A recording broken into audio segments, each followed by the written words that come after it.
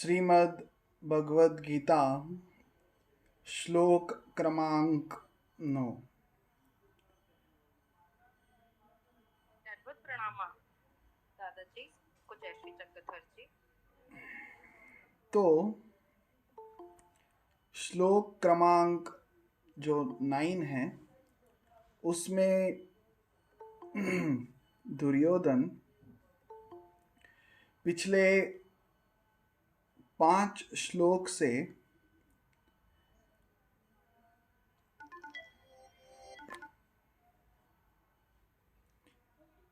किसके विषय में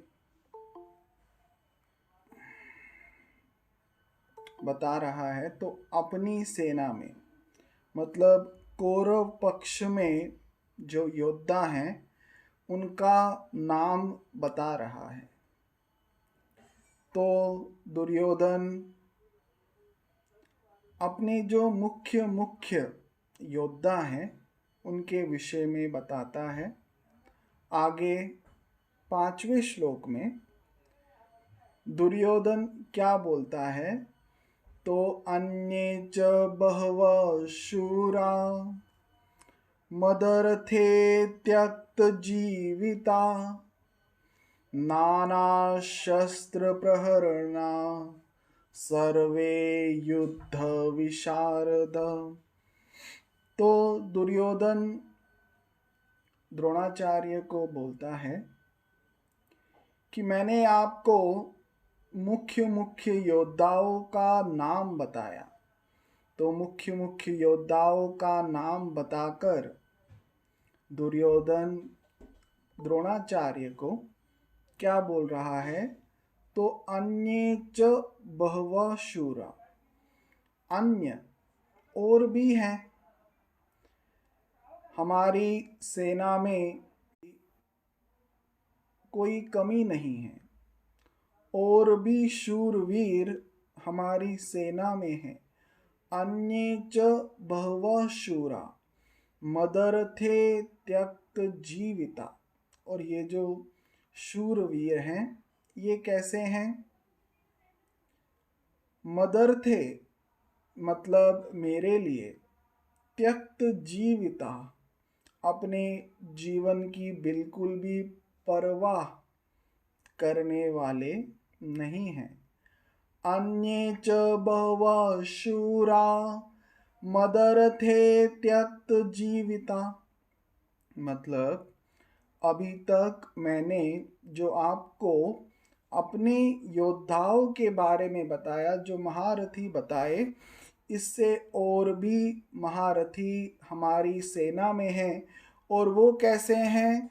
त्यक्त जीविता मतलब मेरे लिए अपनी जान की बिल्कुल भी परवाह करने वाले नहीं हैं। मेरे लिए ये क्या है, ये सब योद्धा जो हैं ये मर भी सकते हैं।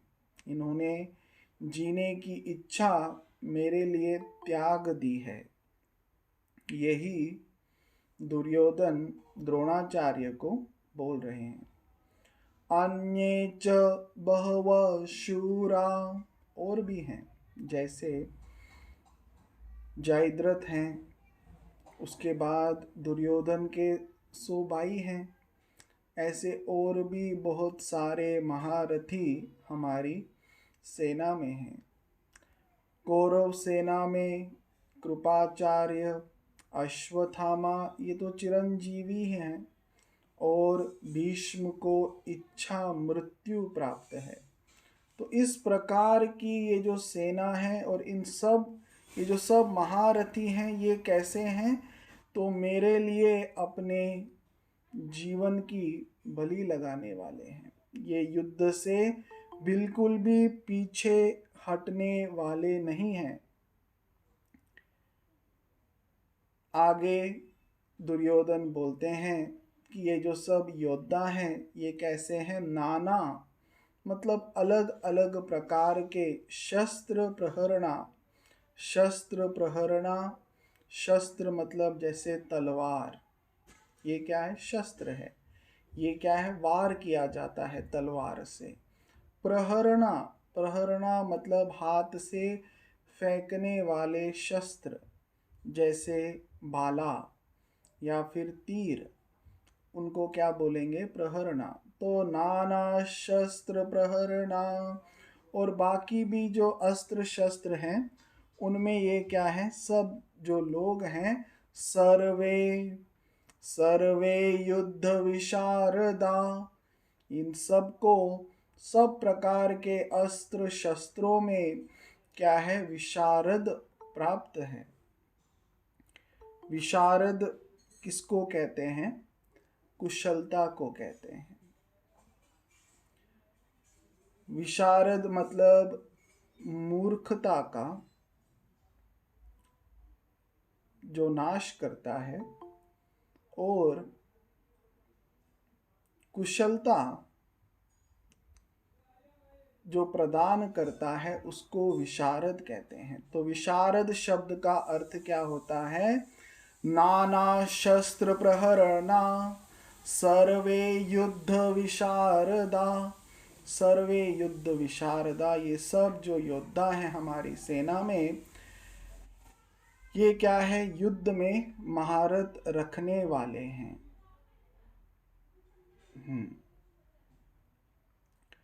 ये सब सुनकर द्रोणाचार्य कोई भी उत्तर नहीं देते। अब द्रोणाचार्य कुछ उत्तर ही नहीं दे रहे, तो अब अगले श्लोक में दुर्योधन अपने मन में क्या विचार करता है, इसके विषय में जो संजय है वो धृतराष्ट्र को बताते हैं अगले श्लोक में। तो अगला श्लोक जो है अध्याय पहला, श्लोक क्रमांक 9।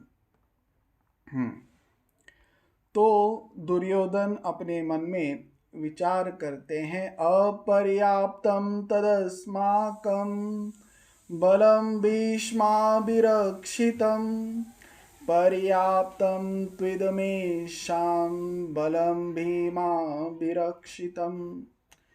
तो द्रोणाचार्य कोई भी उत्तर नहीं देते। वो द्रोणाचार्य को क्या है? उकसाना चाहता है, पांडवों के विरुद्ध लड़ने के लिए प्रवृत्त कर रहा है, पर द्रोणाचार्य उसकी बातों में नहीं आ रहा। अब वो क्या विचार करता है और उसका वर्णन संजय करते हुए धृतराष्ट्र को बोलते हैं, अपर्याप्तम तदस्माकं। अपर्याप्तम, हमारी जो सेना है वो कैसी लग रही है? अपर्याप्तम तदस्माकं बलम भीष्माभिरक्षितम। हमारी जो सेना है उसका रक्षण करने वाले स्वयं भीष्म हैं। और पांडवों की सेना कैसी है? पर्याप्तम त्विदमेषेताम, पर्याप्तम त्विदमेतेषां बलम भीमाभिरक्षितम। और पांडवों की सेना कैसी है? पर्याप्तम, पर्याप्त। देखा जाए तो पांडवों की जो सेना है वो सिर्फ कितनी है? 7 अक्षोणी। और कौरवों की जो सेना है वो क्या है? 11 अक्षोणी। तो कौरवों की सेना पांडवों की सेना से ज्यादा है। ऐसा होते हुए भी दुर्योधन क्या बोल रहा है कि उनकी सेना अपर्याप्त लग रही है। ऐसा उसके मन में क्यों विचार आता है? क्योंकि उनकी सेना के जो सेनापति है भीष्म, उनका दोनों के प्रति, कौरवों के प्रति भी और पांडवों के प्रति भी विशेष स्नेह है। युधिष्ठिर का बहुत आदर करते हैं, अर्जुन से स्नेह करते हैं, और उनको इसका ज्ञान है कि श्री कृष्ण चक्रवर्ती महाराज क्या है, उनको मालूम है कोई श्रेष्ठ पुरुष हैं, ईश्वर पुरुष हैं। तो इस प्रकार से भीष्म के मन में वो क्या है? कॉन्सेंट्रेटेड नहीं है, वो एक मत से नहीं सोच रहे। इसकी वजह से दुर्योधन क्या बोलता है, हमारी सेना कैसी है, अपर्याप्तम तदस्माकं बलम भीष्माभिरक्षितम। और पांडवों की सेना कैसी है, पर्याप्तम पर्याप्तम त्विद में तेषाम बलम भीमाभिरक्षितम। पर्याप्त है और भीम के द्वारा उसका रक्षण किया हुआ है। अब भीम देखा जाए तो भीष्म क्या है, ये सेनापति है कौरव सेना के, और पांडव सेना के सेनापति द्रुपद पुत्र हैं। परंतु यहाँ पर दुर्योधन द्रुपद पुत्र का नाम न लेते हुए भीम का नाम लेते हैं। उसके पीछे कारण ऐसा है कि जो भीम है बचपन से ही दुर्योधन को बहुत बार हरा चुका है।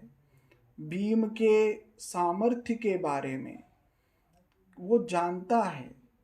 भीम को उसने विष दिया, फिर भी भीम क्या है, मृत्यु को प्राप्त नहीं हो पाया। इस प्रकार से उसका डर, उसके मन में डर बैठा हुआ है, किसका, भीम का। और भीम जो है ये एक बहुत बलवान योद्धा है, और उन्होंने ये प्रण भी लिया हुआ है कि मैं कौरवों का क्या कर दूंगा, सर्वनाश कर दूंगा। इसलिए दुर्योधन ऐसा बोलता है कि पर्याप्तम, उनकी सेना पर्याप्त लग रही है और हमारी सेना अपर्याप्त लग रही है। क्यों? क्योंकि भीष्म जो है वो तो दोनों तरफ से उनका क्या है, मन है, तो वो अपना 100% नहीं देंगे। और भीम कैसे हैं, वो एक तो उन्होंने प्रण लिया हुआ है, और वो क्या है, बहुत बलवान है। इसलिए सेनापतियों का नाम न लेते हुए भीम के बारे में दुर्योधन बोलते हैं। आज के लिए इतना ही। सबको दंडवत।